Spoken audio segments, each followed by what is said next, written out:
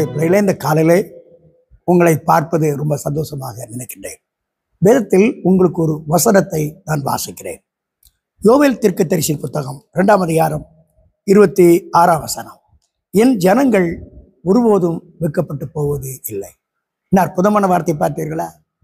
அவருடைய ஜனங்கள் ஒருபோதும் வெட்கப்பட்டு போவதே இல்லை. அன்பு சகோதரனே, எப்படி அவருடைய ஜனமாய் மாற முடியும்? 1 பேதுரு 2ஆம் அதிகாரம் 9ஆம் வசனத்தில் வாசிக்கிறோம். அந்தகார இருளில் இருந்து ஆச்சரியமான ஒளிக்கு வந்தவர்கள் அவருடைய ஜனமாய் இருக்கிறார்கள். பாவ இருள், சாப இருள், பிசாசு கொடுக்கிற இருளை விட்டு ஒளியாக இயேசுவை தேடி வந்தவர்கள் தான் அவருடைய ஜனமாய் இருக்கிறார்கள். அவருடைய ஜனமாய் இருக்கும் பொழுது நாம் ஒருபோது வெட்கப்பட்டு போக மாட்டோம். 1820ஆம் ஆண்டு ஜரபூஜினி என்ற மன்னன் தஞ்சை மாநகரில் முடிசூட்டப்பட்டார். அரச கவிஞராக இங்கு வேதநாயக சாஸ்திரியார் இருந்து அரசரை புகழ்ந்து பாடிக்கொண்டு வந்தார். ஒரு நாள் உயர் அதிகாரிகள் ராஜாவிடத்தில் போனார்கள். ராஜா, இந்த வேதநாயக சாஸ்திரியாரை நீர் வழிபடுகிற அந்த தெய்வத்தை குறித்து ஒரு பாடல் பாட வேண்டும் என்று சொல்லுங்கள் என்றார். அரசன் உடனே சாஸ்திரியாரை கூப்பிட்டு, சாஸ்திரியார் அவர்களை, நான் வழிபடுகிற தெய்வத்தை குறித்து ஒரு கவிஞை பாட வேண்டும் என்று சொன்னார். உறுதியான கட்டளை இட்டார். வீட்டுக்கு வந்தார். மனம் சோர்ந்து போய்விட்டது. கலங்கி போனார். எப்படி நான் பாடுவது? இயேசுவையே நான் பாடிவிட்டேன். அவரே மெய்யான தேவன் என்று அறிந்துவிட்டேன். இனி எப்படி அவரை வழிபடுகிறதான அந்த தெய்வத்தை நான் எப்படி பாட முடியும் என்று மனசு உடைந்து போய்விட்டார். கண்ணீரோடு பிரார்த்தனை செய்தார். தன் மனதை தேற்றிக் கொண்டார். அந்த குறிப்பிட்ட நாள் அரச மந்திரி சபை கூடும்போது இங்கே சாஸ்திரியார் வருகின்றார். ஒரு பாடல் பாடினார்.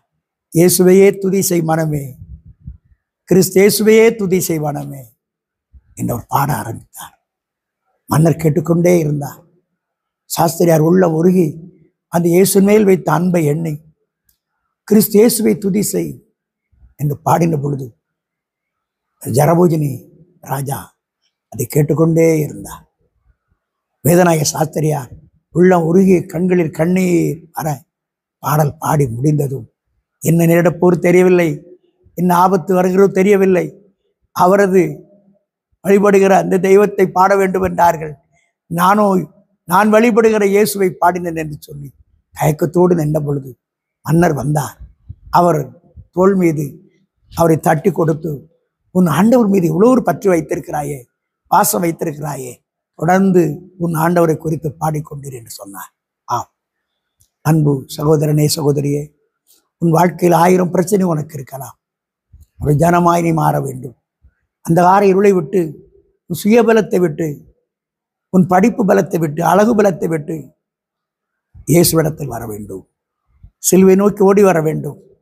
அது இயேசுவிடத்தில் வரும் பொழுது அவருடைய பிள்ளையாய் நீ மாறி போய்விட வேண்டும். அவருக்காக வாழ உன்னை ஒப்புக் கொடுக்க வேண்டும். அவருடைய ஜனமாய் நீ இருக்கும் பொழுது கட்டாயம் ஒருபோதும் வெட்கமடையாதபடி அற்புதம் செய்வார். கட்டாயம் உங்களை வாழ வைப்பார். நிச்சயமாக, சந்தேகமே இல்லை. கடவுளுடைய வார்த்தை ஒரு நாளும் பொய் சொல்லாது, ஒரு நாளும் மாறாது. உங்களுக்கு ஒரு அற்புதங்களை செய்வார். இன்னைக்கு ஆண்டவரிடத்தில் வருவீர்களா? ஒரு ஜனமாக மாறுவீர்களா? ஒரு சிறு ஜெபம் செய்யட்டும். அன்பின் ஆண்டவரே, இந்த வார்த்தைகளை கேட்கிற பிள்ளைகளுக்காக உள்ளம் உருகி நான் பிரார்த்தனை செய்கின்றேன். மனம் இறங்கும், மனம் இறங்கும் அப்பா, மனம் இறங்கும். அவர் எந்தெந்த இடங்களெல்லாம் வைக்கப்பட்டு போனார்களோ, தலைகுனிந்து போனார்களோ, அவமானப்பட்டு போனார்களோ, அசிங்கப்பட்டு போனார்களோ, மனம் இறங்கி ஒரு அற்புதம் செய்து என் ஜனங்கள் ஒருபோதும் வெட்கப்பட்டு போவது இல்லை என்று சொன்னீரே, அவருடைய வெட்கத்தை மாற்றி போடும். வெட்கத்திற்கு பதில் 2 அத்தனை பலனை தந்து அவளை கனமண்ணும் உயர்த்தும். எந்த இடங்களில் அவள் தலைகுனிந்த இடங்களில் தலை நிமரப்பண்ணும். அற்புதம் செய்ய போவதற்காக 1000 கோடி ஸ்தோத்திரம். தலைகுனிந்து உம்மை ஸ்தோத்திரிக்கிறேன் ஆண்டவரே. அப்படியே செய்யும். இயேசுவின் நாமத்தில் வேண்டுகிறோம் பிதாவே. ஆமென், ஆமென். God bless you.